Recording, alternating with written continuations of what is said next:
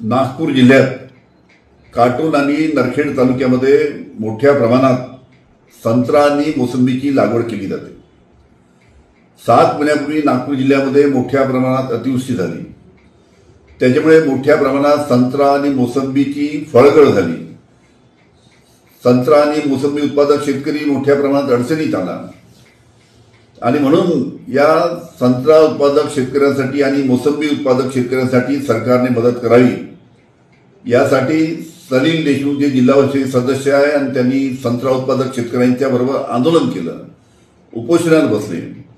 मी सुद्धा या भागाचा आमदार म्हणून त्यावेळेस विधानसभेमध्ये हा प्रश्न उपस्थित केला आणि राज्य शासनाने मोसंबी उत्पादक आणि संत्रा उत्पादक यांना मदत करावी यासाठी आग्रह धरला। विधानसभेच्या निवडणुकीच्या पहिलेच राज्य शासनाने संत्रा उत्पादक शेतकऱ्यांसाठी काटोल नरखेड तालुक्यातील 50 कोटी रुपये मंजूर केले, पण आता 4 महिने होऊन सुद्धा अजून या 50 कोटी रुपयाचं वाटप संत्रा उत्पादक आणि मोसंबी उत्पादक शेतकऱ्यांना झालं नाही।